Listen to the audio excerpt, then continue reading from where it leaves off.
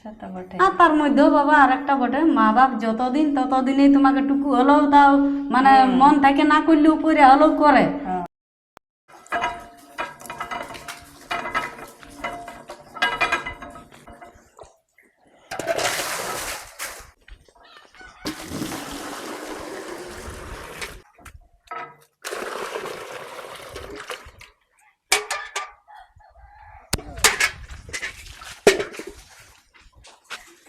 তুমি আজই চলে এলে আলে কেন? হুম, তুমি তো বললে 3 দিন পরে আসবো, তো দুদিন তো হলো। তা আমাকে ফোন করতে পারতে না? তুমি এমনি এমনি চলে এলে। তো বলে আরো তুমি কোনো কাজ আছে নাকি? সেই না, কিছু ব্যাপার হয়েছে। কিছু নাই, কি হয়েছে বলো? আলেই বলে তোমার কাজ থাকবে, ডিস্টার্ব হবে, আমি বাসটা চেপে চলে আলো। কিছু তো ব্যাপার হয়েছে। কি ব্যাপার হয়েছে? চলো চলো ঘুরতে চলো। কিছু হয়নি। কিছু হয়েছে, চলো আমাকে শিখাচ্ছ, চলো চলো চলো চলো। কিছু হয় নাই। হ্যাঁ তো চলো, তো দেখেই বুঝাচ্ছে।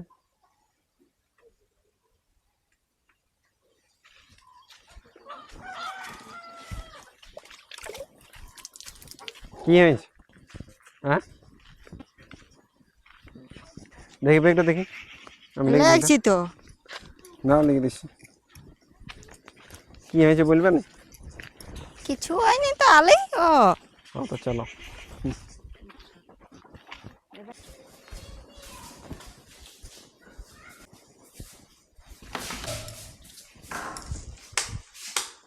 আর ঘরটা কেমন করে রাখিছো?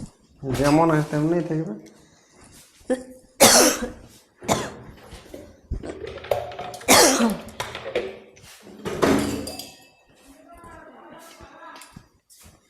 নাও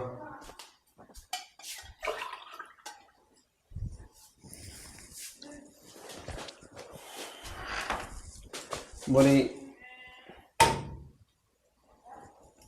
কি হয়েছিল? কিছু না। কিছু তো হয়েছে, তুমি না বলে চলে এলে, না জানাই চলে এলে। তুমি বললে এখন থাকবো, হট করে চলে এলে। তো আমাকে ফোন করতে নেই, আমি নিয়ে আসতি না? তোমাকে ওই জন্য বলেছি যথায় যাবো ওকে সঙ্গে নিয়ে যাবো, সঙ্গে যাবো সঙ্গে আসবো। কি হয়েছে বলবে না? বলো বলো। কিছু হয়নি। কিছু হয়নি, চলে এলে কি করে?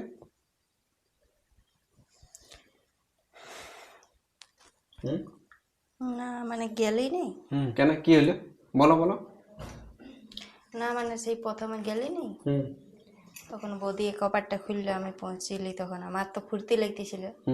তো দেখছি বৌদির মুখটা বাংলা 5 হয়ে গেল। ভাবলি হয়তো ঘরের কোনো টেনশন মেনশন আছে সেই জন্য। তো ঢুকলি তো দেখছি জল দিল 1 গ্লাস, কেন বলবো না, জল দিল। তারপরে দেখছি আর বাইরে নেই ঘর থেকে। আমিও ভাবলি কিছু অসুবিধা আছে হয়তো, সেই জন্য বাইরে নেই। তারপর দেখলি নিজেই ভাত খাইয়ে নিজের রুমে চলে গেল। আমি একাই বসে আছি। তারপরে দাদা এলো, দাদাই তারপর আমাকে খাবার দিল। দাদা আর আমি কেন বৌদি দিল না? না, তা বলো। তাহলে হয়তো বলি খারাপ লাগছে, ও আর ঘুমাই আছে, তখন দাদার সাথেই খালি। তারপরে আমি বসে আছি, টুকটাকে ঝুটান দিলি। তারপর সন্ধ্যাবেলা ওদের রুমটার কাজটা মানে আমি বাইরে আসছিলি, তখন দেখলি তোমার ঝগড়া হচ্ছে দাদার সঙ্গে। বলছে রোজে 2 দিন ছাড়াই আসে, হে হই খাই। তখন ভাবলি যে না থাকাই ভালো আমার, সেই জন্য আমি তোমাকেও কিছু বললি নি আর ওরাকেও কিছু বলিনি, চলে আসছি। তোমাকে একটা সিধা গল্প বলে দিচ্ছি, দেখো। আর ভাবলি কোনোদিনও যাবো না।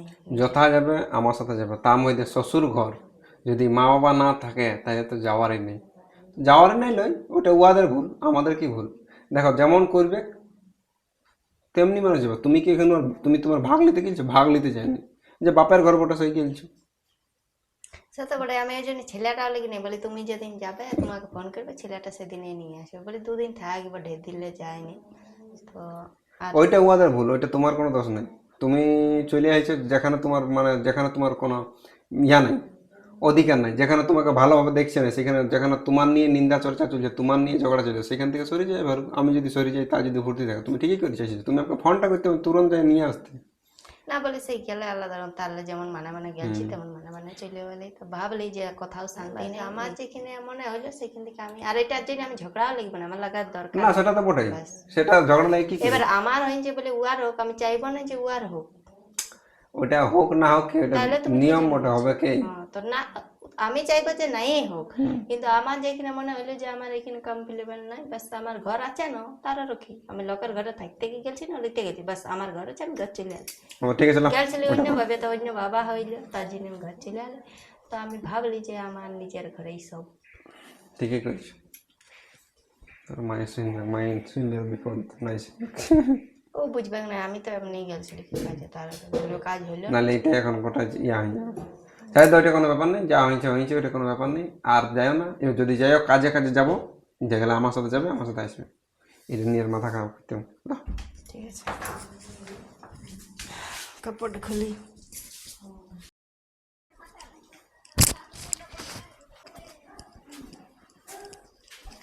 বউটা কবে আলি? হ্যাঁ কবে আলি? আমি কালকে এসেছি। কালে?